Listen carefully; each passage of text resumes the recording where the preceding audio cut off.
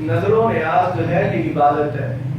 نظر و نیاز جو ہے یہ اطاعت ہے, یہ عبادت ہے. اور عبادت اللہ کی ذات کے لیے خاص ہے. عبادت اللہ کی ذات کے لیے خاص ہے, کسی غیر اللہ کی بھی عبادت اس کے نام سے نہیں ہو سکتی.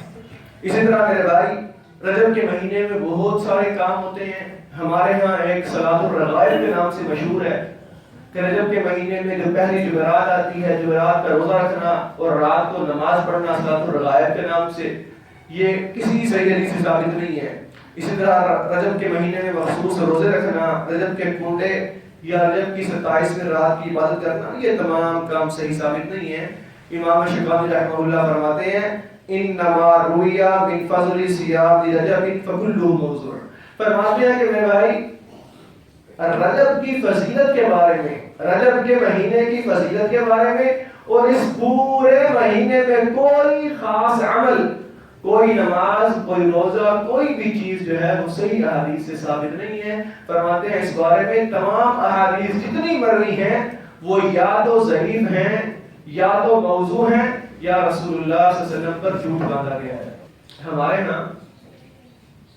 ہمارے معاشرے میں بہت سارے کام ایسے ہیں, بہت ساری عبادات جن کو ہم نے نیک اعمال کا نام دیا ہوا ہے اور کرنے والے لوگ اس کو ثواب کی نیت سے کرتے ہیں, خلوص سے دل سے کرتے ہیں.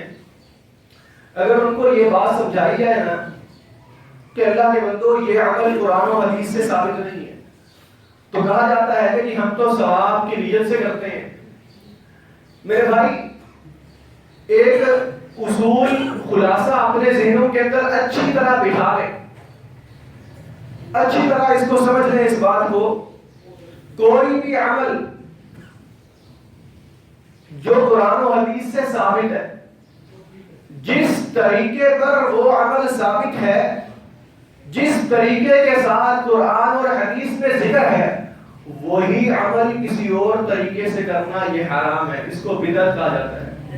چاہے کرنے والا جس مرضی خلوص نیت سے کر لے, جتنے مرضی ثواب کی نیت سے کر لے, اس کی نیت کے اندر جتنا مرضی خلوص ہو میرے بھائی, وہ عمل جو ہے کسی کام کا نہیں, وہ عمل باطل ہے, مردود ہے.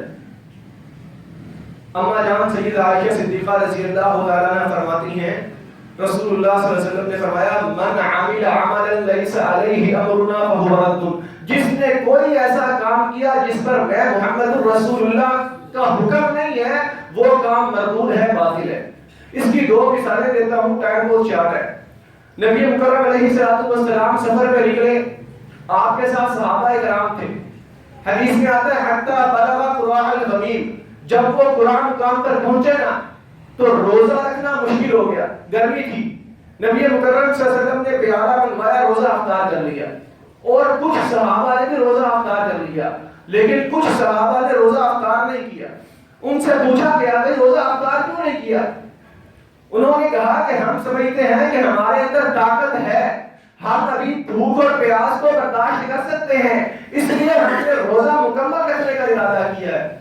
میرے بھائی یہ پیارے پیغمبر کے صحابہ ہیں, پیارے پیغمبر کے ساتھ ہیں, روزہ پیارے پیغمبر کے حکم سے رکھا تھا, لیکن افطار نہیں کیا.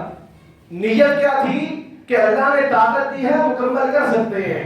لیکن ان کے بارے میں جب رسول اللہ صلی اللہ علیہ وسلم کو پتا چلا نا, پتہ ہے آپ نے اپنی زبان نبوت سے کیا کہا تھا اپنے صحابہ کے بارے میں؟ فرمایا تھا اولئک العصاۃ, اولئک العصاۃ, اولئک العصاۃ, یہ نافرمان ہیں, یہ نافرمان ہیں, یہ نافرمان لوگ ہیں. 3 مرتبہ آپ نے فرمایا تھا.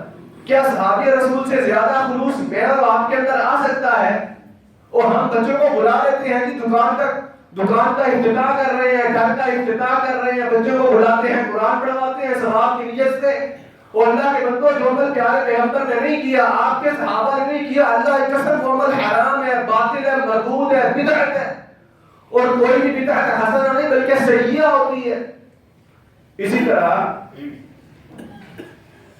نبی مکرم علیہ السلام کی حدیث ہے, آپ کا فرمان ہے, فرمایا جب قیامت کا دن ہوگا نا, میں اپنے حوض پہ, حوض کوثر پہ کھڑا ہوں گا, لوگوں کو قیامت کے دن پانی پلا رہا ہوں گا, پیالے بھر بھر کے دے رہا ہوں گا. اللہ ہم سب کو حوض کوثر سے پانی نصیب فرمائے.